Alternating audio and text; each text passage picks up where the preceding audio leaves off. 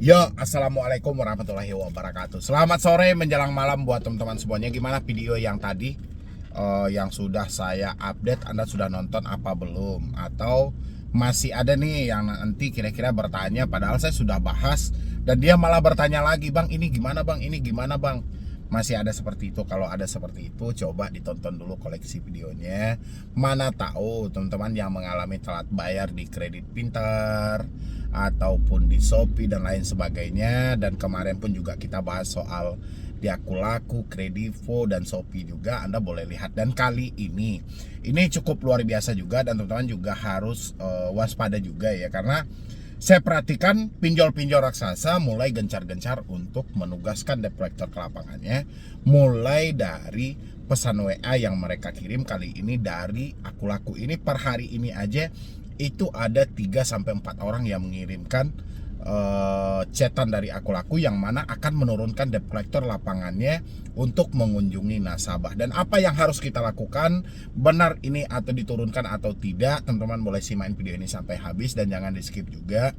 Dan yang belum mensupport channel ini boleh disupport dulu, boleh didukung dulu, karena supportan itulah yang sangat berharga. Silahkan.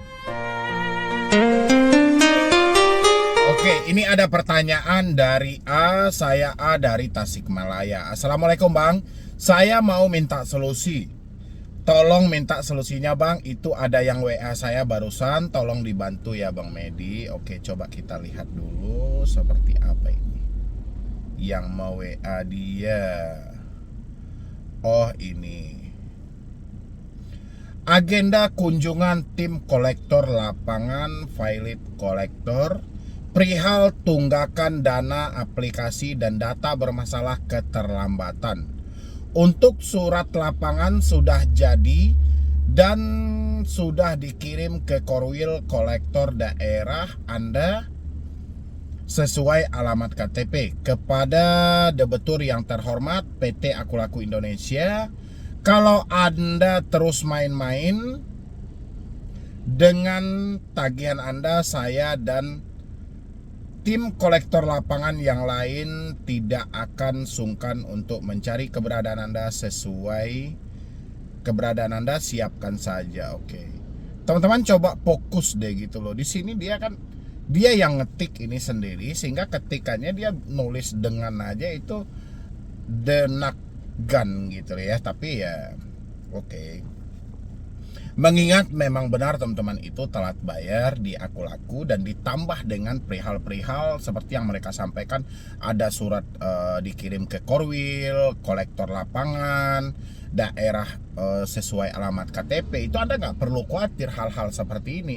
Makanya saya bilangin, sumber yang paling bermasalah itu ketika kita sudah telat bayar adalah ketika kita menerima chat WhatsApp mereka. Terkadang pemikiran kita ini tidak mampu memikirkan maksimal.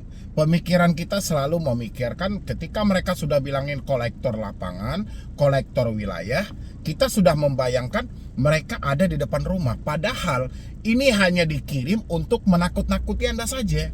Ini hanya dikirim untuk melakukan penekanan terhadap Anda saja gitu loh. Ya, di sini kalau kita analisa dari ucapannya kan semuanya melakukan penekanan aja. Bagaimana Anda bisa melakukan pembayaran? Habis itu kan mereka juga menyampaikan di sini, foto selfie saat pendaftaran di APK, alamat sesuai KTP, alamat rumah atau kantor, materai 10.000. Masih ada waktu buat bayar malam ini sampai jam 23.00. Manfaatkan toleransi yang kami berikan untuk bayar via online malam ini juga. Jika tidak bisa membuat kode bayar, bisa hubungi. Terima kasih. Ya sudahlah, mereka hanya melakukan menakut-nakuti Anda saja. Jadi Anda nggak perlu khawatir dengan hal-hal yang seperti ini gitu loh. Jadi ketika mereka menyampaikan, kalau Anda terus main-main dengan tagihan Anda ini, saya dan tim kolektor lapangan lain tidak akan sungkan untuk mencari keberadaan Anda. Siapkan saja foto selfie saat pendaftaran di APK, alamat sesuai KTP, alamat rumah, alamat kantor. Tapi mereka menyampaikan di sini masih ada waktu buat bayar malam ini juga. Ya. Jadi tujuannya apa coba? Mereka mengirimkan atau melontarkan kata-kata itu tak lebih dan tak kurang, itu mereka ingin melakukan penagihan dan meminta Anda untuk mentransfer. bukan merekanya yang mau datang ke sana. Walaupun ada kata dari Korwil, kolektor wilayah, itu hanyalah bagian dalam versi penagihan saja. Ya, mereka tidak berkunjung kok ke tempat Anda. Poinnya kan mereka ada di sini. Mereka bilangin di sini, masih ada waktu buat bayar malam ini sampai jam 23.00. Karena mereka, kenapa dia sampaikan jam 23? Ya mereka juga mau mencapai targetnya gitu loh. Manfaatkan toleransi yang kami berikan untuk bayar via online malam ini juga. Harusnya Anda nggak perlu baper dengan hal ini gitu loh. Jadi teman-teman yang mendapatkan chatan yang seperti ini, Anda nggak perlu baper, Anda nggak perlu khawatir juga. Ini penagihan normal kok. Jadi soal kunjungan yang mereka sampaikan untuk surat lapangan sudah jadi dan segala macam, itu hanyalah versi atau sesi tipis dalam penagihan saja. Ya, beranggapan kalau kita tidak melakukan pembayaran juga, ya akan ada kunjungan besok pagi. Pertanyaan hari ini adalah, kita ini bukan tidak mau, tapi duit untuk dibayarkan itu dari mana? Ya, yang penting teman-teman jangan sampai terpengaruh dengan ucapan ini, bahkan sampai mau gali lubang tutup lubang nanti. Itu aja yang saya tanamkan buat teman-teman semuanya. Kalau Anda mendapatkan chat-chat seperti ini, agenda kunjungan tim kolektor lapangan, ya, itu Anda nggak perlu baper. Jangan ada yang membayangkan sesuatu yang buruk, membayangkan suatu ketakutan, membayangkan debt collector datang ke rumah, nanti menarik aset-aset, nanti mempermalukan dan segala macam. Ingat, kalau kita sudah dibaluti dengan ketakutan, pemikiran ini paling kejam. Kendalikan diri Anda, kendalikan pemikiran Anda, insya Allah masalah Anda akan baik-baik saja. Tapi kalau Anda tidak mampu mengendalikan pemikiran Anda, malah Anda dipaksa oleh pikiran Anda untuk masuk ke dalam ketakutan ini, ada beberapa hal akan terjadi. Pertama, Anda akan dihantui rasa takut. Kedua, Anda akan lari dari rumah dan kabur dari rumah. Ketiga, akan terjadi gali lubang tutup lubang. Keempat, bisa terjadi tindakan-tindakan yang tidak diinginkan. Tolong kendalikan pemikiran Anda, jangan sampai ketakutan. Ya, kalau Anda tidak tahan lagi dengan chat WhatsApp mereka, saya selalu himbau buat teman-teman semuanya, putuslah semua komunikasi Anda. Satu-satunya risiko tidak mampu bayar di Akulaku, BI checking. Di luar dari itu nggak ada. Ya, itu buat teman-teman semuanya yang mengalami hal yang seperti ini, tolong kondisikan pemikiran Anda. Oke, ini ada lagi dari aplikasi Akulaku juga katanya. Di sini ada yang curhat, Assalamualaikum, permisi Kak Medi, saya mau bertanya masalah pinjol. Boleh saya bilangin. Mungkin bisa saja kalau misalnya telat bayar 1-2 bulan didatangi DC. Tapi kalau misalnya baru 3 hari tapi ada ancaman untuk didatangi, itu gimana? Itu cuman ceritanya saja. Itu cuman katanya dan bukan faktanya. Ya, jadi kalau misalnya Anda bilangin 1-2 bulan didatangi DC, ya mungkin saja. Tapi kalau telat 3 hari tapi diancam untuk didatangi, itu gimana? Itu hanya katanya, bukan faktanya ya.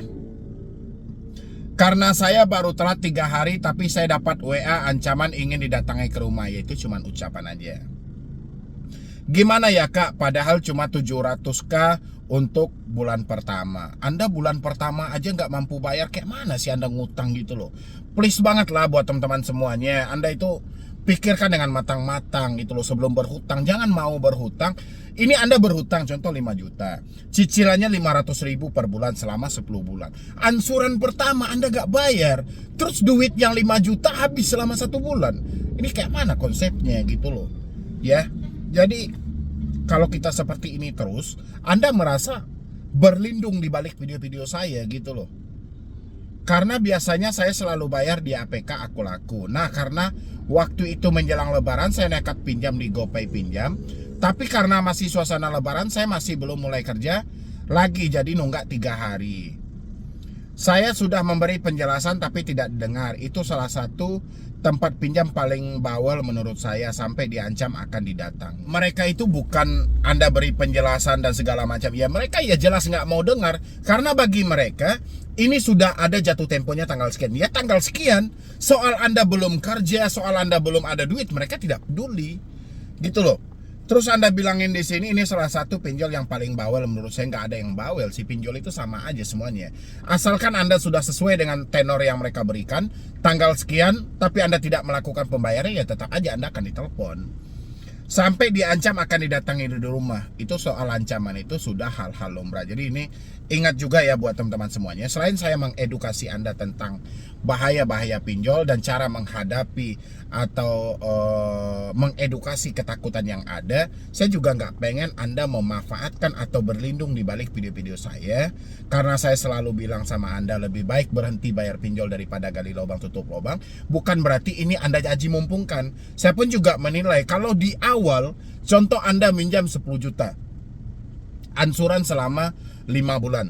Ansuran pertama Anda tidak mau bayar atau tidak mampu bayar, menurut Anda, duit 10 juta ini kemana perginya? Ya, dan saya pun juga nggak bantu orang-orang yang seperti itu, yang sengaja tidak mau bayar. Kita ini harus dibedakan mana yang tidak mampu dan mana yang tidak mau. Kalau ansuran pertama Anda tidak bayar, berarti Anda memang tidak mau bayar. Ya, itu teman-teman pahami gitu loh. Tapi ansuran pertama Anda bayar, kedua, ketiganya macet. Oke, kita toleransi. Berarti memang sejak awal tujuan Anda meminjam itu untuk melakukan pembayaran, bukan hanya untuk menghabiskan uangnya saja. Ini yang perlu dipikirkan ya. Nanti jangan sampai dibilang pula, Bang Medi kok jadi pelin-pelan bla bla bla bla. Bukan pelin-pelan. Ya, saya itu membantu orang yang tidak mampu, bukan tidak mau. Bayangin duit 10 juta dia ambil. Ansuran pertama 1.200.000, dia nggak bayar. Kemana duit 10 juta ini? Ya, berarti ada sifat yang tidak baik dalam diri orang itu. 10 juta dia habiskan dalam waktu sebulan. Ya kan? Kalau dia bilangin buat bayar hutang, ya itu kecerobohan. Kenapa gali lubang tutup lubang? Ya, ini dipikirkan matang-matang dari teman-teman semuanya. Jadi benar saya mengedukasi Anda, tapi di sisi lain saya juga akan pertimbangkan mana yang layak dibantu dan mana yang tidak. Habis itu ini ada lagi nih. Assalamualaikum, debt collector ke rumah tadi Pak, udah 2 kali ke rumah. Yang pertama saya gagalkan dengan tidak mengakui atas nama saya dengan keterangan di rumah tidak ada siapa-siapa kecuali saya sama adik saya. Yang kedua, saya terciduk debt collector, langsung menemukan orang tua saya shock di situ. Kok terciduk gitu loh. Menemui kedua kali. Saya malu, tidak jujur pertama ketemu. Terus dia membacakan detail penagihannya, terus saya tanyakan, surat penagihannya ada, suratnya dipoto. Nama ada, saya cocokkan dengan nama, sama suratnya, sama nama-namanya. Terus saya bilang, ya Pak, waktu dulu saya mengambil pas saya masih kerja, sedangkan saya belum kerja sekarang. Ya intinya dia nggak mau tahu harus bayar itu. Pusing Pak Medi, harus gimana, tolong saya. Ya iyalah gitu loh. Anda bilangin Anda meminjam waktu Anda masih kerja. Orang itu meminjam ketika dia tidak ada kerja gitu loh. Anda meminjam ketika masih kerja, tidak mampu bayar setelah Anda tidak kerja. Kayak mana konsepnya gitu loh. Ya, jadi makanya ini kesimpulannya saya coba ambil aja ya. Nanti kalau salah Anda ralat aja. Yang pertama, sifat tidak jujur itu nggak baik. Makanya saya bilangin, sepahit apapun masalah yang Anda hadapi, seberat apapun masalah yang Anda hadapi, coba jujur dan terbukalah sama orang tua. Jangan seperti ini gitu loh. Mungkin tujuan Anda untuk menutupi supaya orang tua tidak tahu. Tapi kalau debt collector tiba-tiba menemui orang tua Anda, gimana? Kan bisa kacau gitu loh. Makanya diutamakanlah kejujuran. Untuk kita tidak mampu bayar pinjol, ya risikonya ya itu aja risikonya, nggak ada risiko yang berat. Tapi yang memberatkan itu ketika kita tidak mampu jujur dengan fakta yang terjadi hari ini. Ini yang memberatkan. Ya, carilah momen-momen tertentu untuk jujur dan terbuka. Dan soal hari ini Anda belum bekerja, coba Anda berusaha aja dulu, carilah pekerjaan. Nanti kalau sudah ada pekerjaan, negosiasilah hutang Anda dan selesaikanlah. Ya, mungkin dari saya cuma itu aja. Mudah-mudahan ini bisa membantu buat teman-teman semuanya. Intinya tidak ada yang perlu kita takutkan dengan kunjungan-kunjungan yang dilontarkan oleh debt collector. Bahkan dengan kunjungan langsung mereka benar-benar ada di rumah, nggak ada yang perlu ditakutkan. Ya, kita berhutang itu bukan berarti kita tidak mau bayar, tapi memang fakta keadaanlah yang menyatakan kita tidak mampu dan tidak sanggup lagi untuk membayar. Yang penting hutang itu tetap diakui, apapun resikonya kita akan tampung, karena satu-satunya yang tertera resiko dari pinjol itu adalah BI Checking dan Fintech Data Center. Ya, jadi sekian dulu dari saya, Medi Broni. Wassalam.